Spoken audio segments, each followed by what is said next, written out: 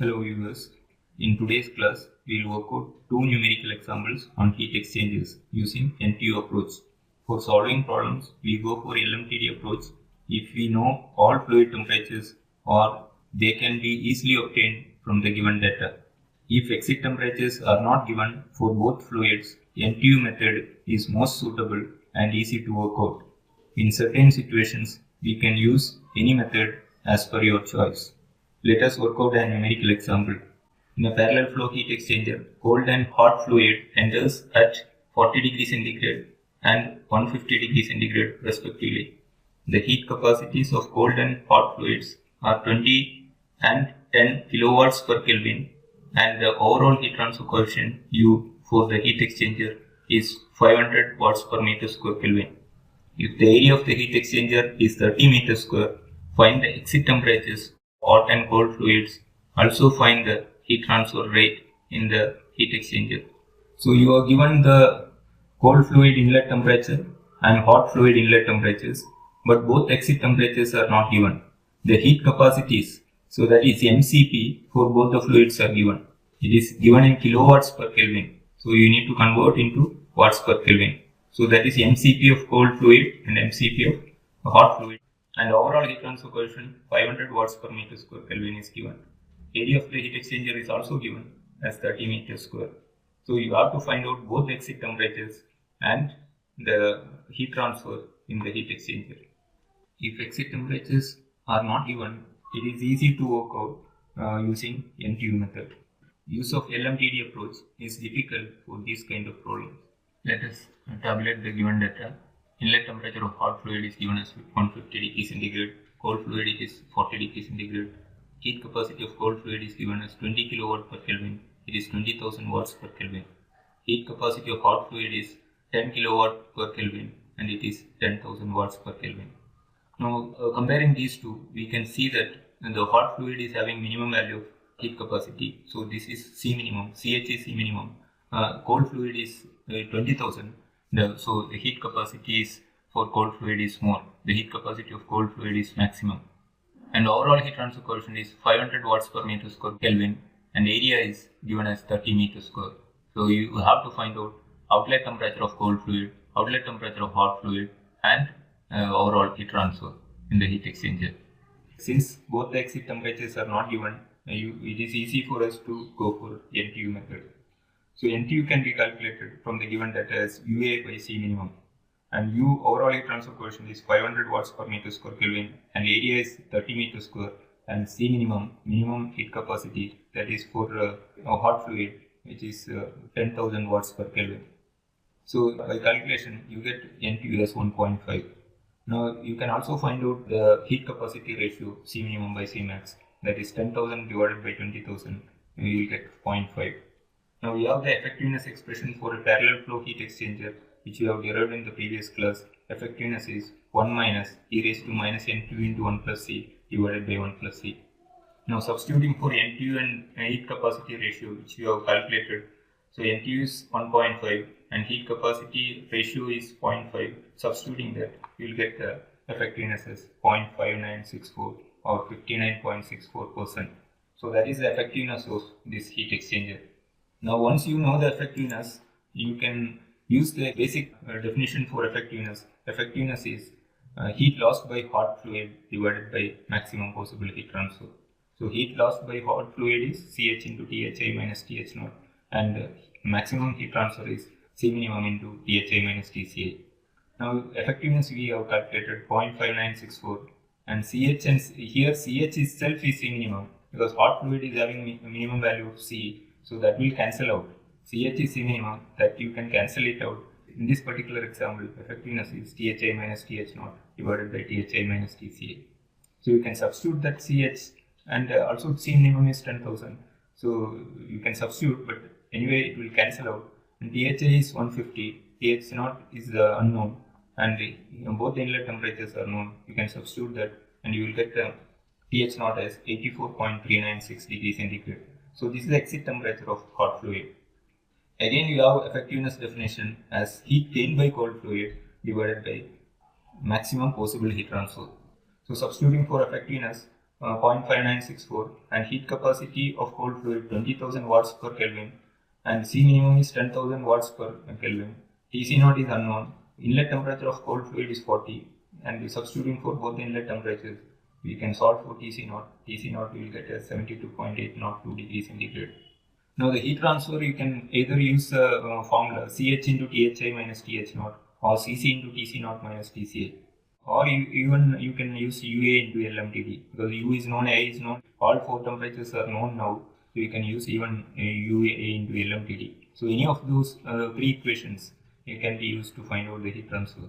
So heat transfer, let us use this heat lost by hot fluid. So Ch is 10,000, Thi is 150, and Th0 is also we have calculated 84.396. Substituting, we get the heat transfer as 656,040 watts or 656.04 kilowatts. So that is the heat transfer in the heat exchanger. So much kilojoules of heat is removed from the hot fluid per second in the heat exchanger. Now let us work out another example.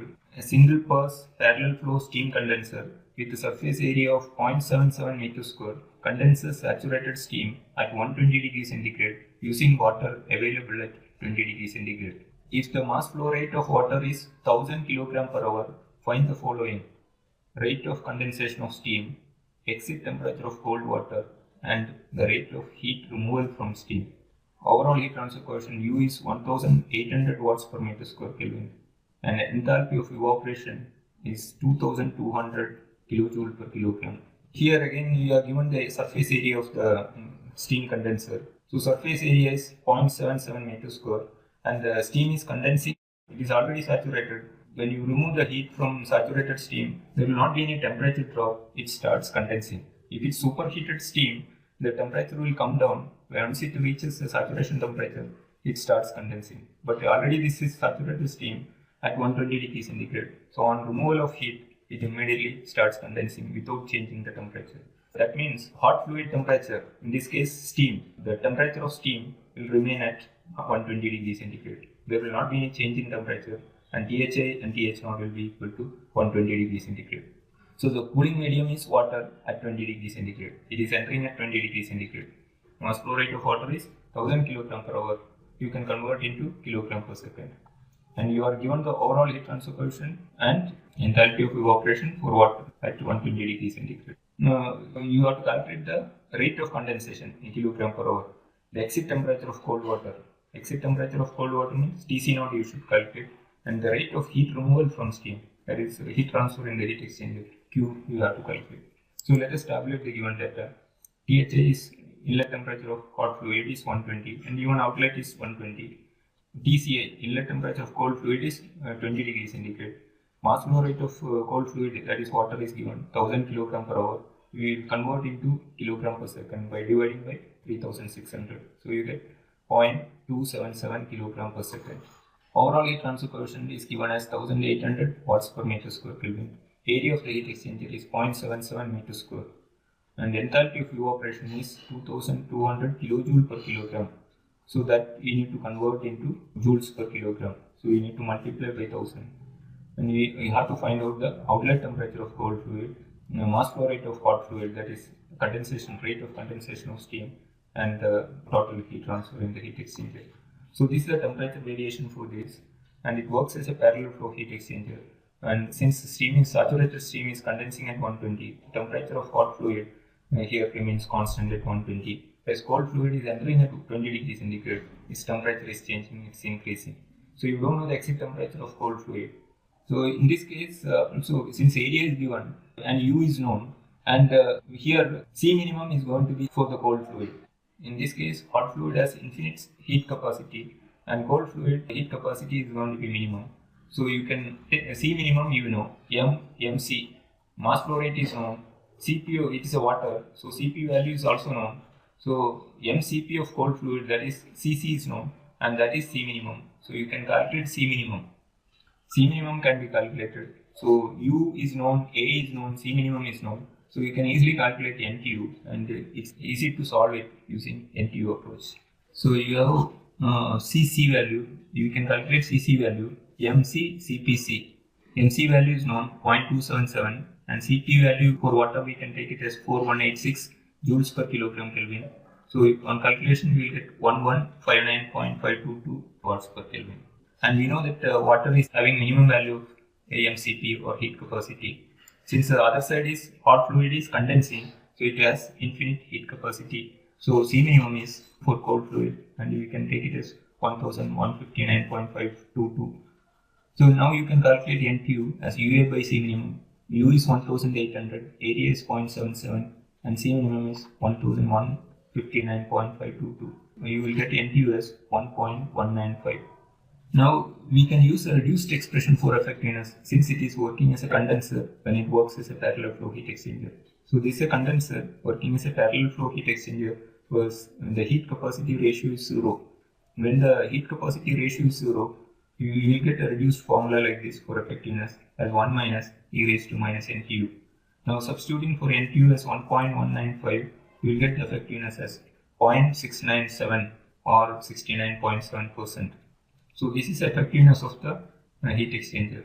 Now, so from the basic definition for effectiveness, we know effectiveness is heat gained by cold fluid divided by maximum possible heat transfer.